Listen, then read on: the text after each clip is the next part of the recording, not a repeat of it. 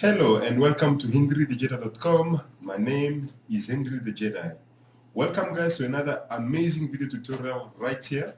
And today we are going to be taking a look at how to achieve the effect of having an asteroid scene flying through the galaxy, So we're going to create an asteroid, we're going to create the debris that fly with it, smoke, sparks, and all that feel that it actually achieves, including, of course, a bit of camera shake using Adobe After Effects, but the main scene will be built up inside of 3D Max. And I need to tell you guys, before we actually jump into the tutorial, as you can see, I'm busy covering myself here with some winter clothing because the weather is quite very cold here at this time of the year in South Africa, but we're just hoping that the winter will end. So I did myself a favor because recently I turned 25 years old. Yes, I'm just 1 year older now. So I turned 25 years old and I decided to buy myself a little gift, And yeah, I've been keeping it here, and here it is. Oh, yep. So I decided for myself, the best way to get through this winter is with the proper hat, I like the fact that it's a bit stylized, And yeah, it's just the right perfect tool to survive this winter and also to survive the asteroid impact that you're about to see. So thank you for having joined us today for this amazing video tutorial. So let's get cracking. Yes.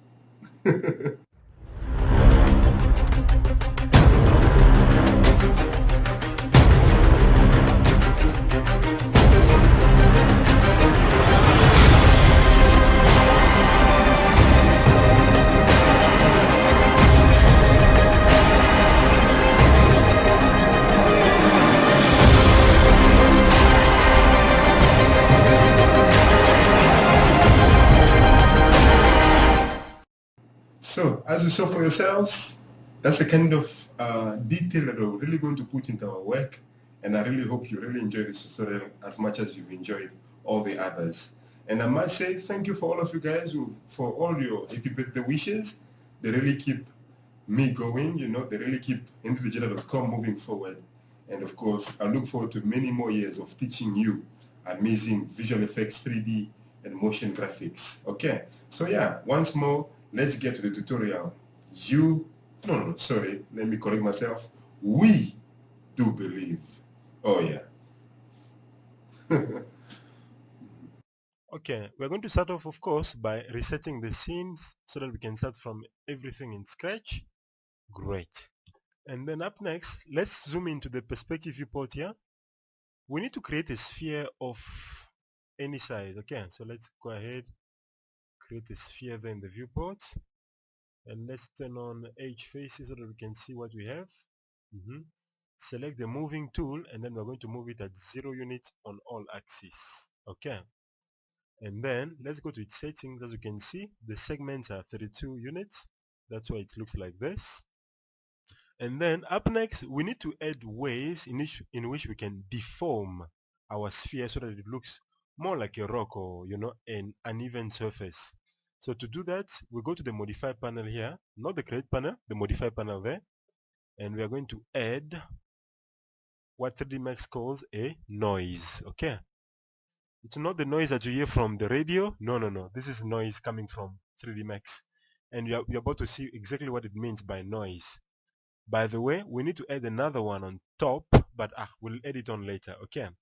Now, this noise modifier will enable us, to twist our surface around, by adjusting these parameters here.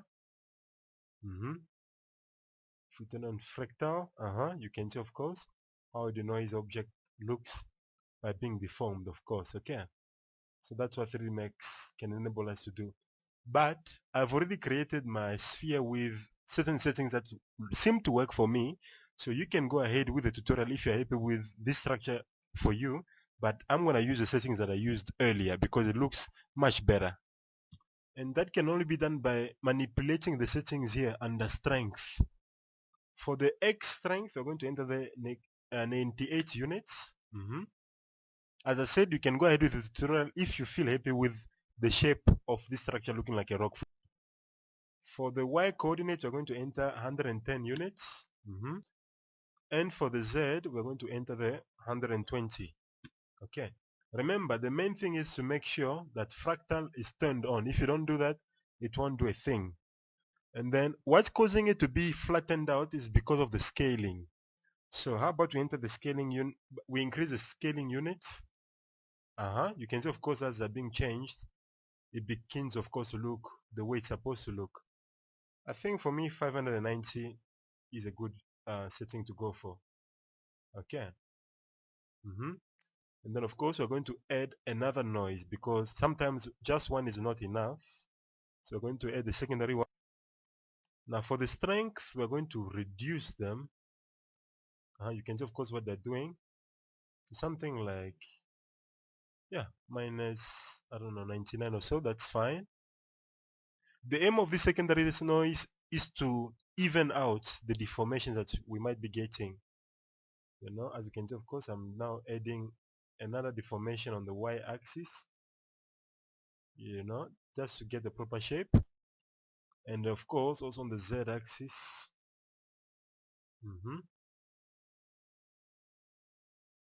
Yeah, I think, yeah, that should do. The most important thing, of course, is to turn on fractal. Okay. Fractal is really the one causing all those deformations that you see. And of course, we have to adjust it to something acceptable. Okay. Yeah, this can be really anything that you might want. We're just adjusting it, you know, to make it look much better. And then on top of that, we're going to add a mesh smooth modifier.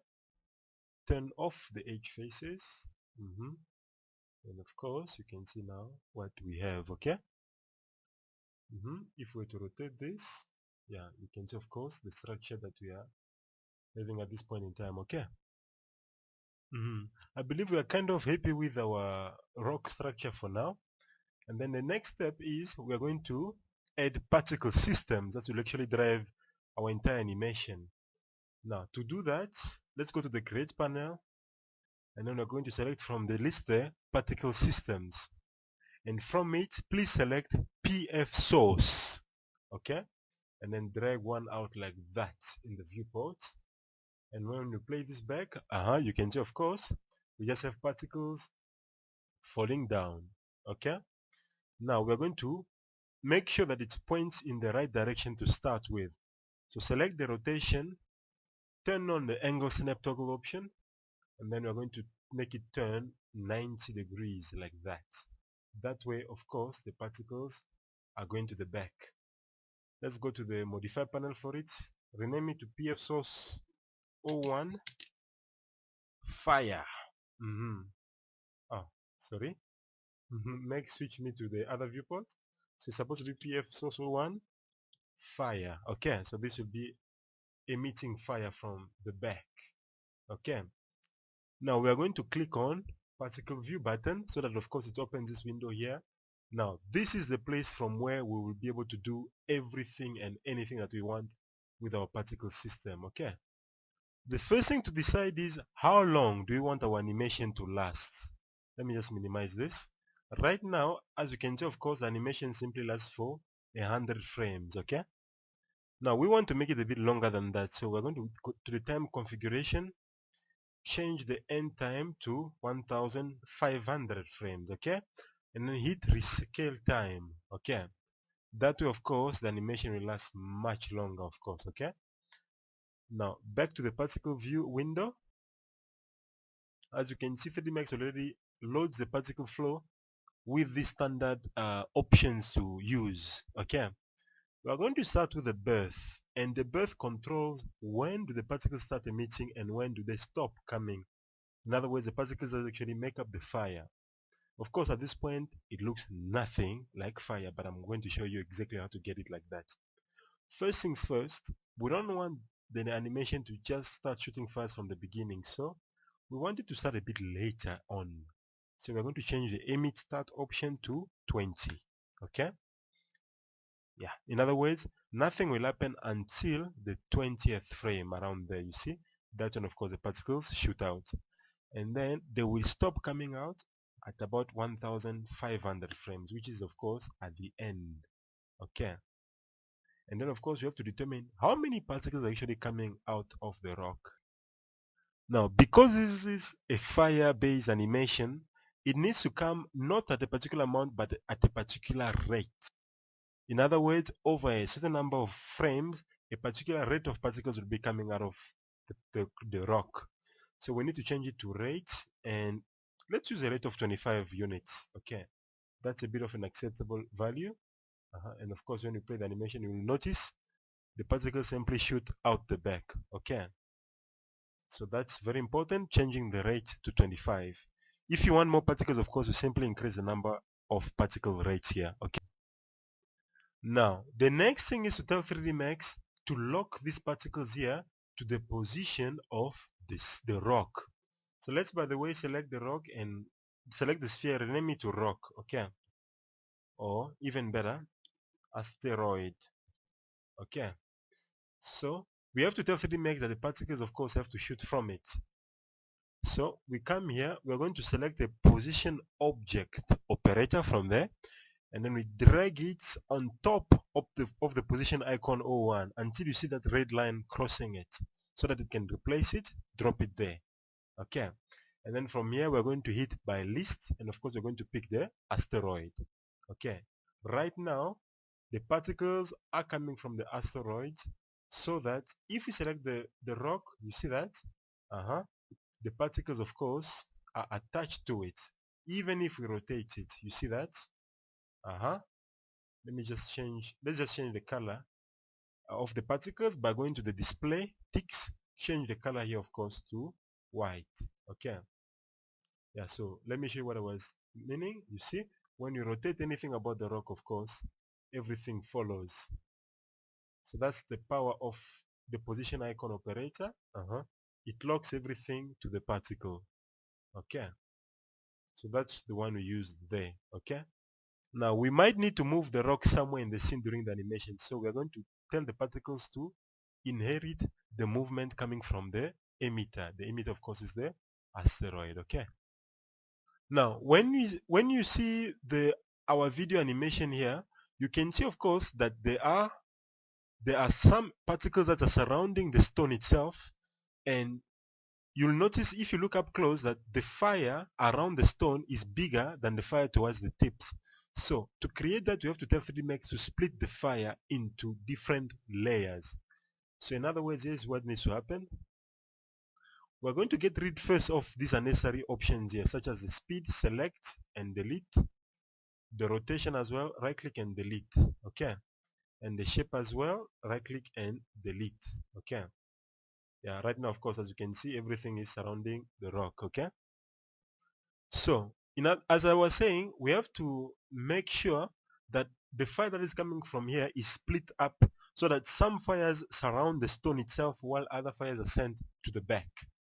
So to do that, of course, we have to add split amount operator. So drag that to the window there.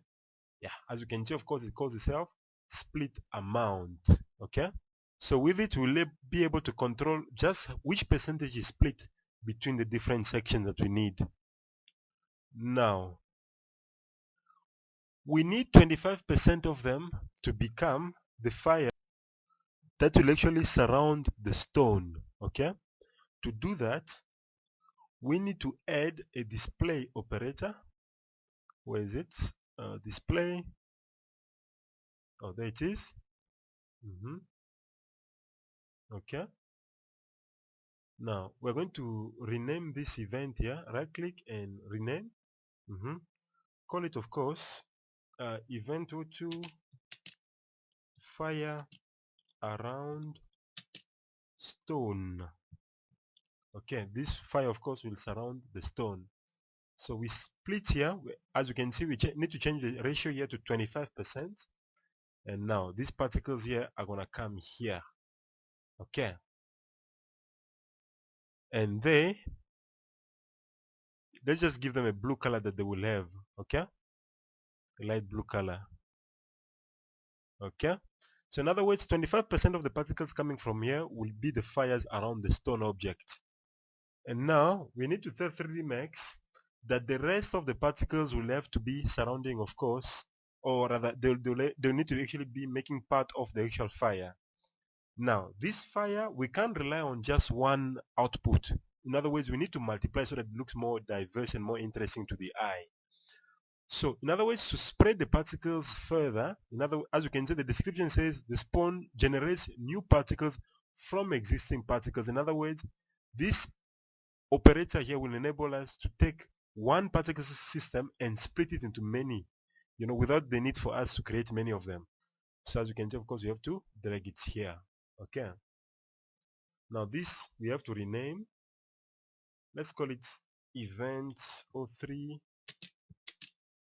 main fire. Okay. However, we are going to drag the spawn operator from there. In fact, we can actually drag a new one there, put it up there, just below this one there. Okay.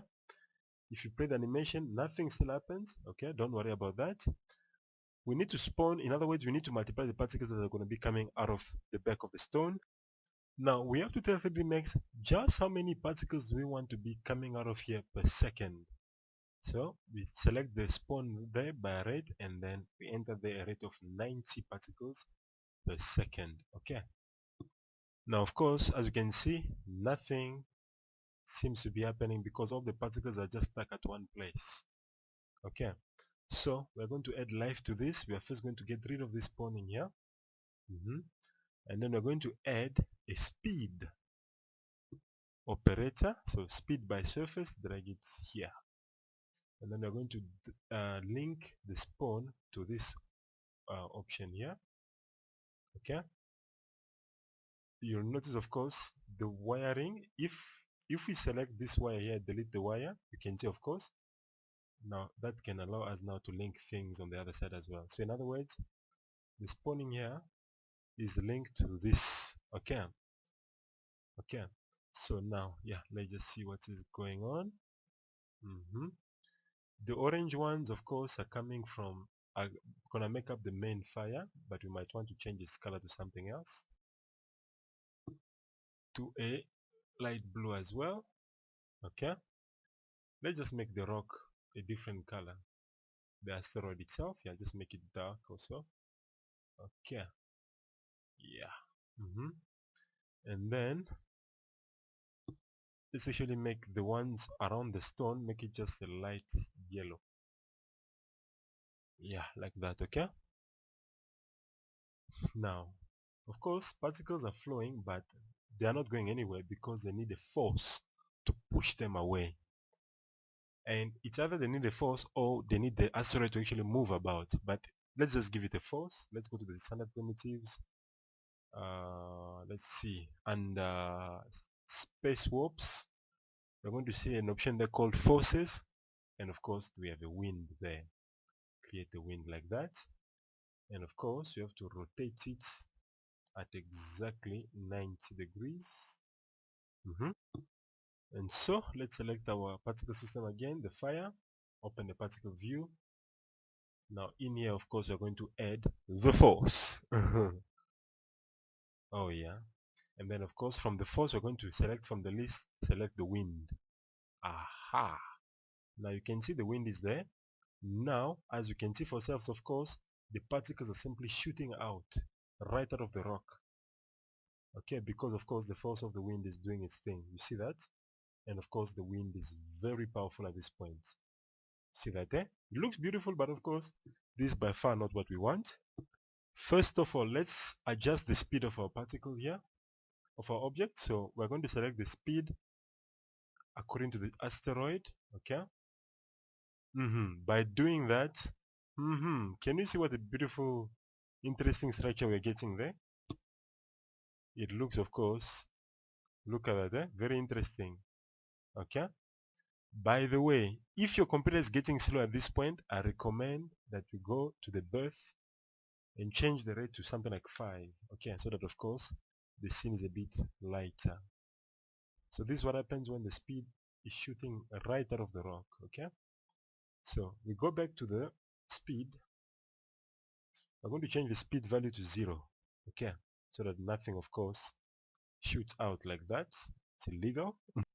Now, of course, we have to tell the wind what to do, because right now the particles are just too straight, okay? You notice, of course, as you can see, of course, for yourselves, they are too straight. So select the wind and go to its modify panel, and this is, of course, when we begin to adjust things. Now the particles are shooting straight out because the wind's strength is too much. As you can see, of course, the value is set at 1. We're going to reduce this value here to something like 0.6, okay? And then that's not enough, of course, because they're still shooting straight. There needs to be some turbulence in the motion of the particles. And so that's why we come here. Under wind turbulence, we're going to change the turbulence value all the way. You see, it's beginning to cause some disturbance in the winds, in the particle flows. How about the value of 1 for the turbulence? And of course, already you can tell something is kind of happening, okay? Now, just how often should the particles actually be disturbed? Well, that's where we're going to increase the frequency to something like 0.5, so that it's more frequent that the particles are actually disturbed. And by doing that, of course, you see, can you see that? Of course, we are getting a very beautiful animation here of the particles being disturbed in the wind. Okay, that's brilliant, and that was just achieved by the frequency. Okay, of course, as you can see, if we push the values higher, you can see, of course, what happens. So yeah, frequency of 0.5 is enough for us. And then the turbulence, we're going to reduce its scale to 0.3. Okay, so that it's not too much. Remember, this is when it's set to 1, but when we reduce it, you'll notice something interesting begins to happen, and that is the following. If you look at the front there, if you set this to 0.3, can you see how beautiful the particles actually emit in a straight line at the tip there, at the front, before they split off, of course, later on? You see that? The particles are beautifully animated there in a straight line, you know. Look at that, so we get these beautiful straight lines coming out of there, you know, while of course being disrupted towards the back, and that's just brilliant and beautiful. Okay, now whatever comes out of the back there has to be a structure that we can actually apply material to. So back to the particle view. Under the force, we're going to add a shape operator. Okay, let's make the shape a sphere. Then I'm going to change this view for now to geometry. By doing that, of course, you can see for yourselves just what kind of spheres we've created. Okay, back to the sphere. We're going to change the size to something much smaller, like 1.5. Okay, now the shape of these particles, of course, must be relative to the rock itself. So I'm going to select the asteroid. Let's go to the sphere option. Let's see. Okay, just change the value for now to 27. Okay, yeah, back to the operator here.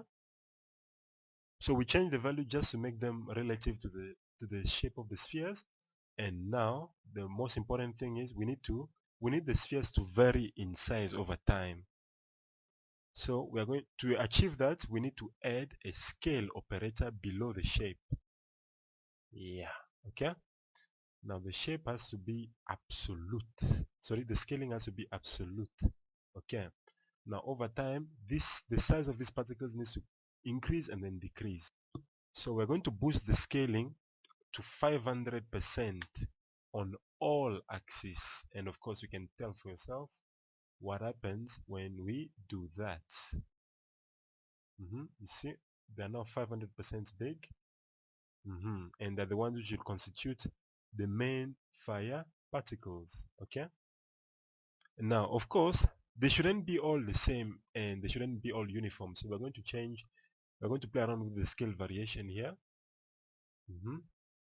The scale variation for the X, we're going to enter 50%, 50% for the Y, and 50% of course for the Z axis, so that they're a bit more varied. Okay, and then we're going to change the animation keying to particle age, you know, just to make them look a bit better.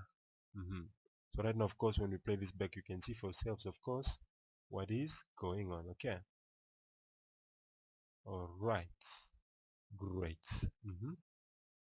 And of course, if you play back your animation, you'll notice the particles just keep coming on and on forever. We need to control that. In other words, these particles have to disappear after a certain time, after they've had a chance, the 10 seconds of frame or so. Okay. So to do that, we're going to add a delete operator like that. And of course, we need to delete by particle age. Each particle must last about 20 frames or so. Yeah, that should be enough.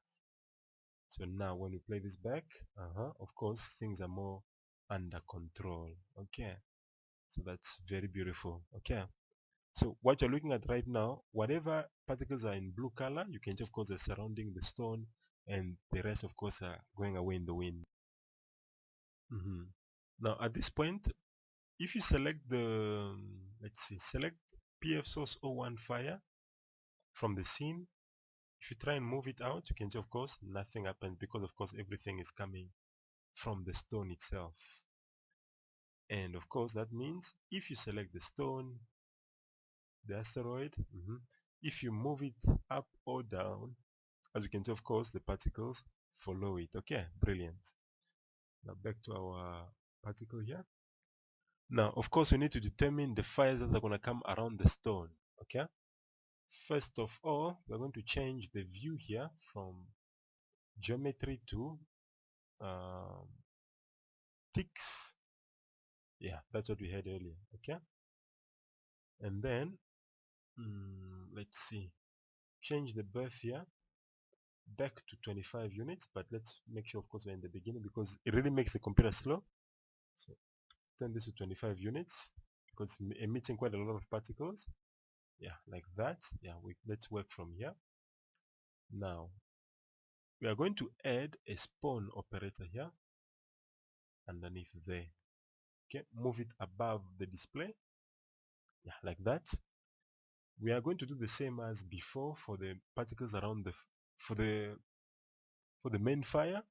In other words, the spawn here will happen per second, and for that we want to produce 90 particles per second as well. Okay. Now at this point, I'll recommend that you move to the beginning of the scene, or you move slightly to this region here. Okay, around frame 43. That's when things are a bit quicker to load on the computer. And then let's adjust some parameters here. Even for this one here, the first spawning, we're going to change the speed inheritance. In other words, the way in which the particle speed actually changes from where they were emitted by their parents. Let's reduce it to something like -40%. Okay, so that they're a bit more varied. And then we're going to change the divergence units to 1.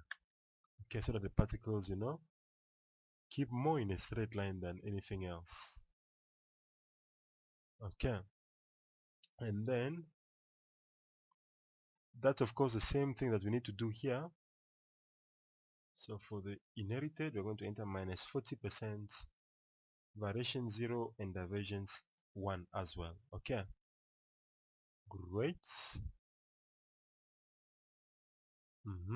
And then let's continue.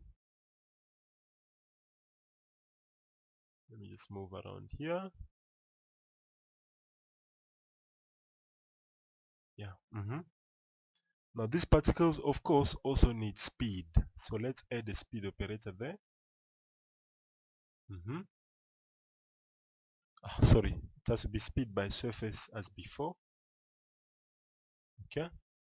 Now we have to reduce its speed a bit. So the speed of the particles around the stone, we're going to change the speed to 15 units.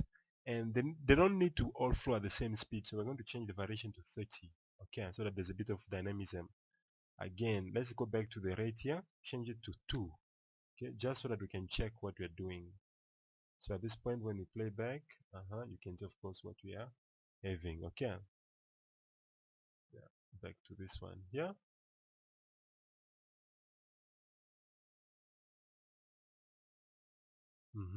Okay, and of course they too can't do anything unless they have the force of the wind. So we're going to add the force, and of course please select the wind. Okay, now they don't need to be affected a lot by the wind, so we're going to change the influence of the wind here. Instead of 1000%, they just enter 400%. Okay, because they don't really need to flow very fast. Okay,